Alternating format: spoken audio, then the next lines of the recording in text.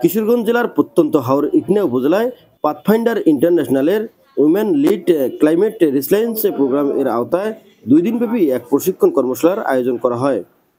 প্রশিক্ষণটির মূল উদ্দেশ্য ছিল জলবায়ু সহনশীল বিকল্প আয়মুখী কার্যক্রমের মাধ্যমে নারীদের ক্ষমতায়ন ও টেকসই জীবিকা নিশ্চিত করা।